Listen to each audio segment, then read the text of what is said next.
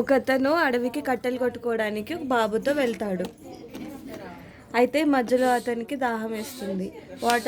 దాహం వేస్తే అతను కట్టెల్ని పక్కన పెట్టి అలాగే బాబుని కూడా పడుకోబెట్టి నీళ్ళ కోసం వెతుక్కుంటూ వెళ్తాడు. అతను నీళ్ళు తాగే సమయానికి బాబు ఏడుస్తూ ఉంటాడు. బాబు ఏడుపు ఒక పులి వింటుంది. అది విని బాబుని తిందామని చెప్పి పులి వస్తుంది. అదే టైంకి ఏనుగులు కూడా బాబు ఏడుపుని వింటాయి. అలాగే పులి అరుపులు కూడా వినిపిస్తాయి. ఆ బాబుని పులి తినేస్తుందేమో అని చెప్పి ఏనుగు కాపాడడానికి వస్తూ ఉంటుంది.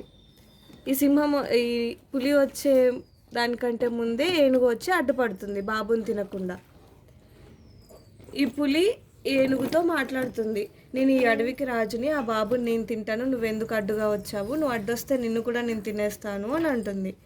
ఇంతలోపు మిగిలిన జంతువులన్నీ కూడా ఏనుగుని సపోర్ట్ చేస్తాయి. అన్ని జంతువులు ఒకటై ఆ బాబుని కాపాడడానికి ట్రై చేస్తాయి.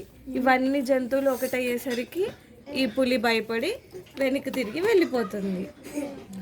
అప్పుడు ఆ బాబుని ఆ ఏనుగు మిగతా జంతువులు, అడవిలో ఉన్న జంతువులన్నీ కాపాడుతాయి. తర్వాత ఇతను వచ్చి ఆ బాబుని తీసుకొని ఇంటికి వెళ్ళిపోతాడు.